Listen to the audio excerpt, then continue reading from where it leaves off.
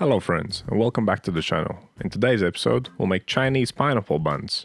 Sweet and crunchy on the outside, soft and fluffy in the middle.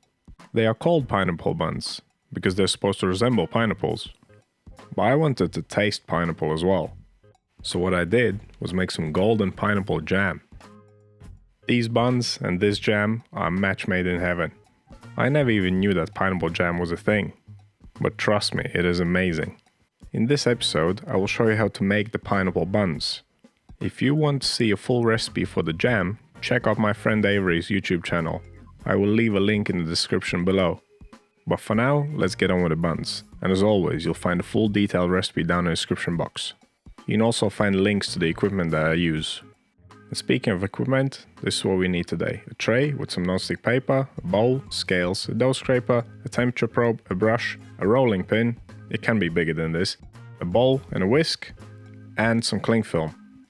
Now on to the ingredients. For the dough, we'll need some strong white bread flour, milk, yeast, salt, sugar, some soft butter, some egg for the dough, and some egg for brushing.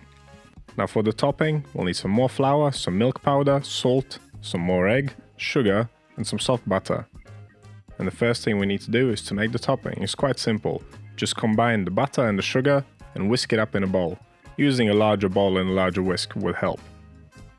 Just whisk it until it goes nice and pale. And then add the egg, the salt, and the milk powder. And give it all a good whisking again. Lastly, add the flour and mix this to a dough. You might want to use a spoon or a spatula for this last step. And to finish it off, just knead it together by hand. You want it to be one cohesive piece, and once you mix it well, weigh it out and divide it into 8 equal pieces. After dividing, just roll them into balls. And that's how easy it is to make the topping. All we need to do is roll them all out, place them on a plate or on a tray, cover them up, and leave them in the fridge until we need them for later. We want these to cool down completely and set so they are hard and easy to roll out. Because at the moment this dough is really soft. So whilst the topping's chilling out, we can start making the bread dough. I want to use cold milk because I'm kneading the dough by hand, it will warm up quite a lot. I'd also suggest using cold egg from the fridge. So grab a bowl, combine the milk, yeast, salt, sugar, and the egg, and then give it all a good mix. You want to dissolve any large sugar or salt crystals and hydrate the yeast real quick. Once you're happy with that mix, add the flour. We're not adding the butter yet, that will come in a few minutes. Now grab your scraper and mix this to a dough. You want to mix it in your bowl until it's one cohesive piece, and if the scraper's not doing the job, continue on by hand. Now we can start kneading. This dough is not very sticky, so I'm going to use my regular kneading method. What I like to do is press down and forwards with the heel of my right hand, then using the fingers of my left hand I fold the piece of dough under the heel of my right hand, then turn and repeat. You want to knead the dough for 3 minutes, and then stretch it out on your table and slap the soft butter right on top of it. That's our final ingredient. Now pick up the dough and seal in the butter. Squish it around in your hands for around 30 seconds. You want to force the butter into the dough, and then continue kneading just as you were before. And it will be sticky and messy at the beginning, but if you keep kneading it will start coming together. And if it sticks to the table a little bit, then just grab your scraper and scrape it up and continue kneading again. Knead it for around 3 more minutes after adding the butter. And once your dough is nice and smooth and not too sticky anymore, you can clean down the table and we can start fermenting it. Place it in your bowl and take the temperature. Around 25 degrees Celsius what we're after, which is 77 Fahrenheit. Now I'll cover it up and leave it to proof for 1 hour. And after the first hour of fermentation, we need to give it a fold. Folding will help with degassing the dough, equalizing the temperature in the dough, and adding extra layers in the dough structure. To perform a fold, place your dough out on the table, smooth side down, flatten it out, then fold the edge over the middle, going around in a circle until it reaches the point where it started. Then you can flip it so the smooth side is pointing up again, tighten it against the table, you can pick it up and pinch the seam together, and that's your fold done. Now let's place it back into the bowl, cover it up, and leave it to ferment for 1 more hour. And of course if your dough was warmer, it would be fermenting more rapidly. If it was cooler, it would take longer. So always adjust your proofing times accordingly. But this looks about right, it's puffed up nicely, now we can start dividing. Place it on your scales and weigh it, and then divide it into 8 equal pieces. After dividing, we're gonna have to pre-shape this dough. Pre-shaping is pretty simple. Similar to the folding process, flatten your dough out, fold the edge over the middle, going around the circle until you reach point where you started, then tighten it against the table, pinch the seam together, and that's your pre-shaping done. We're taking this step because after dividing, each of the dough pieces is made up of many little pieces, and we want to make everything nice and uniform.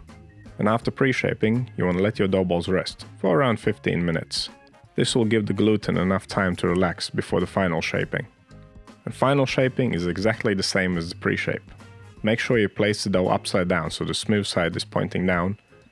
Flatten it out, fold the edge over the middle, go around the circle until you reach point where you started. Tighten it against the table, pinch the seam together. That's your shaping done. Once you've shaped all your dough balls, get the topping out of the fridge. It should have completely set, it should be hard, but don't worry about it, that's how it's supposed to be. We will roll the topping out between sheets of cling film, so what you want to do is take a long piece and fold it in half, so it's a double layer. This will prevent it from breaking up.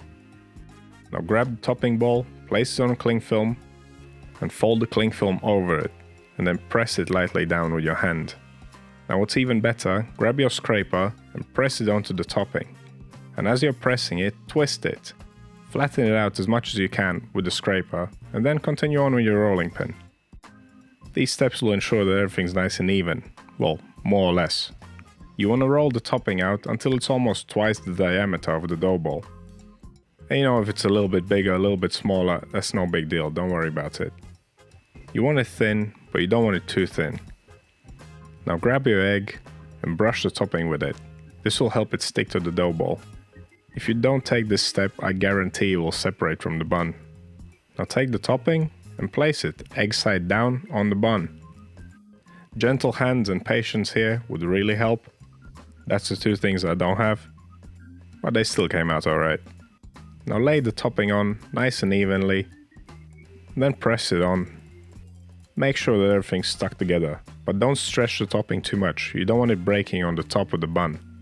Just lay it on and leave it to rest where it is. All you're trying to do is just to press it onto the bun, not stretch it over the bun.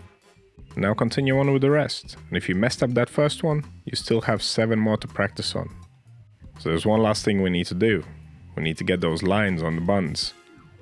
Now you could use your dough scraper, I'm gonna use a knife, it works a little bit better. But do be careful, right? You don't want to cut yourself. And now watch my hands. I'm not slicing the lines. I'm gently rolling the blade from one side to the other. You want to do 4 lines and then turn the bun 90 degrees and do 4 more lines. And don't rush it, just be gentle and you'll be fine. This is way easier than it looks, trust me. And of course you can do as many lines as you want. And you want to hold the bun kind of nestled in your palm. You don't want to hold it with your fingers. The flat surface of the palm of your hand will prevent it from distorting too much. Now get them on a tray with some non-stick paper, make sure there's adequate gaps between them. Now we can cover them up and leave them to ferment for about 1 hour, and during this time preheat your oven 160 degrees Celsius with a fan on, which is 320 Fahrenheit. And look at that, they're rising beautifully. But if your buns have not risen in that 1 hour, leave them for longer. Bake the bread when the bread's ready, not when you're ready. But these look definitely ready to me. Now one last thing before baking, brush them with egg. And don't go too heavy on the egg glaze, a light brushing will do, you don't want it dripping down the sides. Now pop them in the oven, they'll take around 25 to 30 minutes. And watch those little pineapples rise. They puffed up beautifully. This bread's so good. I always looked at these on the internet and I thought, oh, they look cool, but they actually taste amazing as well. Especially paired with that pineapple jam. And as always, if you have any questions or suggestions, drop them down in comments, subscribe for more videos, and check out my friend Avery's channel. Thank you for watching, and I'll see you in the next one.